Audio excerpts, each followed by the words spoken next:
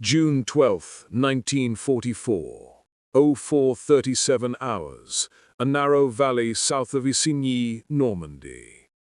Dawn hasn't arrived yet, just a pale, bruised sky and the smell of wet earth. A platoon from E Company, 175th Infantry Regiment, moves quietly along the hedgerow line, boots sinking into mud that still remembers last night's rain. Sergeant Bill Kearns raises a clenched fist, halting the column. Somewhere ahead, a cowbell clangs once. Too sharp, too deliberate.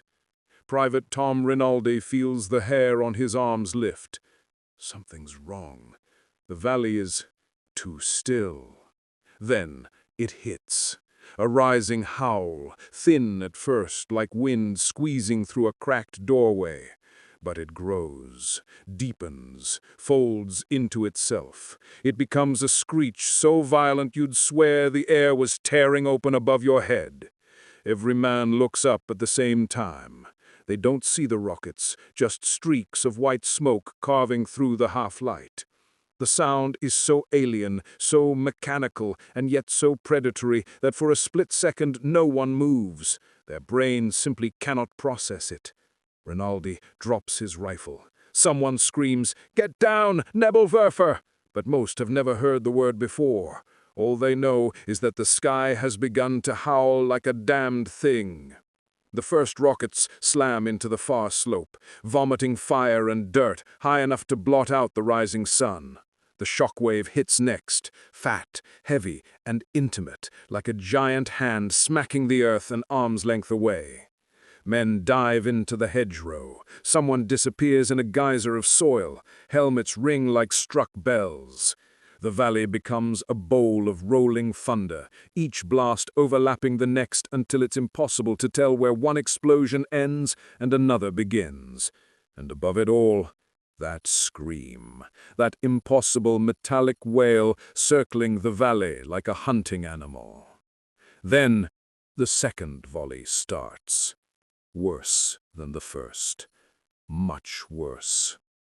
What happens when the Americans realize this isn't artillery and that the Germans are guiding them straight into a kill box? The second volley hits before anyone has fully processed the first. A dozen more rockets arc overhead, dragging that same metallic howl behind them like a comet tail. It isn't just loud, it's personal, a sound that seems to latch on to your spine and vibrate straight through bone. Captain Leroy Stanton slams into a drainage ditch beside his radio man, mud swallowing them both. He tries to shout orders, but each blast shreds his voice into nothing. Dirt rains down in sheets. Splinters of shattered hedgerow whistle past like thrown knives. The men know what artillery sounds like. They've trained for it. But this is something else. Rocket fire comes in clusters, smearing destruction across the valley floor with a kind of chaotic precision. One moment the ground is solid, the next it's a boiling crater. The smell of burning nitrate and churned earth fills the air. Stanton finally claws his way upright, gripping his mud-slick carbine.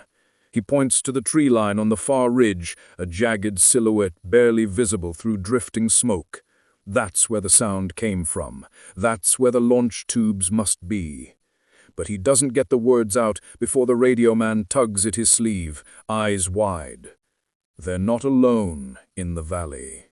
Movement, shadows peeling away from the hedgerows, slipping between the apple orchards. German infantry. They were waiting for the blast curtain to fall. The Nebelwerfer wasn't just a barrage. It was the opening move. A herding tool, a way to pin the Americans in place while the real threat closed in.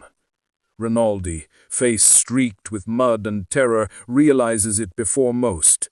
They're bracketing us. They're going to walk the rockets right up this damn valley. He's right. The next salvo is already in the air, the howl rising again, closer, sharper, angrier. The kill box is tightening, and the Americans have less than a minute to break out or be buried where they lie. The valley floor erupts again. Closer this time. Too close. Shards of molten metal ping off helmets. The overpressure shoves men back into the dirt like an invisible wave. Someone's ears start bleeding. Someone else vomits from the concussion. Captain Stanton's voice finally cuts through. "Move! North hedge! Go, go, go!" The order is simple. The execution is chaos. Men scramble from shell hole to shell hole as another Nebelwerfer salvo howls overhead, raking the ground behind them. You can feel the shockwave in your teeth. Rinaldi grabs Private Joe McCallan by the strap of his pack and yanks him upright just as a rocket slams into the ditch they'd been cowering in seconds before. The explosion flips bodies and earth in the same motion. The blast blows out the valley's air like a giant exhaling in fury. The Americans aren't running in formation anymore. They're running because the sky won't stop screaming. Somewhere ahead, a machine gun opens up, German MG-42, its rate of fire a vicious buzzsaw slicing through the gaps in the hedgerow. The line of tracers stitches the air, forcing the men down, pinning them just as the next volley rises. Stanton curses. It's textbook German tactics. Suppress with rockets, contain with machine guns, finish with an infantry sweep. He signals to Staff Sergeant Kearns. Kearns doesn't argue. He just nods once, tight and grim, and crawls off with a fire team toward the right flank, disappearing into brush soaked with smoke. The ground trembles again.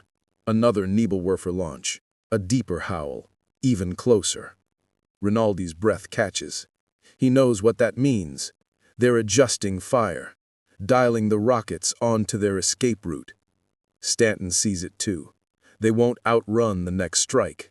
Not like this. Not while the MG-42 keeps their heads down. He turns, eyes locking on the valley's low stone farmhouse, half shattered, still burning from an earlier shell. A terrible idea sparks. A necessary one. "Get ready," he tells the nearest men. "We're taking that house." Because if they don't create a foothold, right now, the next Nebelwerfer salvo will erase the entire company. But none of them know what's waiting inside that ruined farmhouse. The farmhouse looms like a broken tooth jutting from the earth. Its roof half collapsed, its windows blown out to jagged holes. Smoke leaks from every crack, crawling upward in slow, oily ribbons. The Nebelwerfer's howl rises again in the distance, a reminder that the sky has not forgotten them. Stanton waves his hand. Kearns' fire team darts forward first, sprinting low across the open stretch. The MG-42 snaps towards them instantly, spraying the wall with tracers that carve glowing bites out of the stone. One man goes down. The rest crash into the doorway, vanishing inside. Rinaldi and McCallan follow next, leaping over a shattered cart, landing hard on broken tile. The interior is dim, filled with dust drifting like gray snowflakes. The air tastes of plaster and wood ash. Then a noise. Soft, metallic. A click. Rinaldi swings his rifle.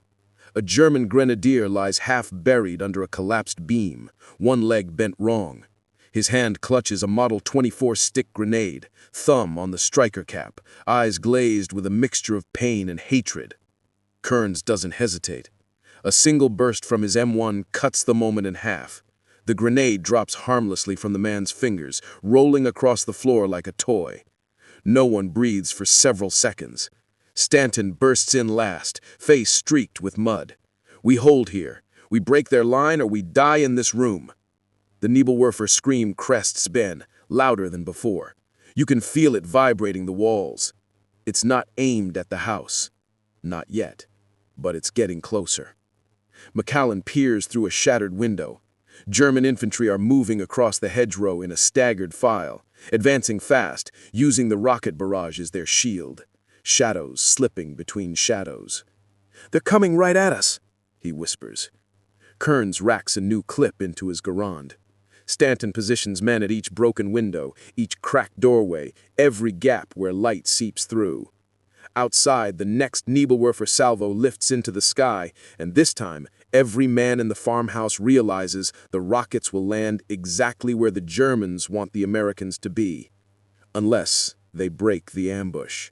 Right now, Stanton grits his teeth. On my mark, we counterattack. It's suicide, but staying put is worse. And then, from somewhere to the south, a new sound breaches the chaos. One the Americans haven't heard since landing in Normandy. At first, it's barely noticeable beneath the Nebelwerfer's scream, a dull, distant rumble like heavy boots marching across steel. But it grows, deepens, turns into a rolling crack that punches through the chaos with unmistakable force. Stanton freezes. Kearns looks up. Rinaldi feels the vibrations through the floorboards. American artillery, 105mm howitzers, firing fast, firing angry. The shells arrive like a hammer to the Nebelwerfer's scalpel. The first explosion rips open the far ridge where the German crews had their launch tubes. The second lands closer, tearing a long trench into the tree line. The third detonates in a blossoming roar so bright it lights the farmhouse interior like a lightning flash. The Nebelwerfer's howl falters, stutters, stops. For the first time in minutes, the valley exhales. Stanton doesn't waste it. Now, out the left side, move! The men flood out of the farmhouse, scattering into the hedgerows as fresh explosions hammer the German line.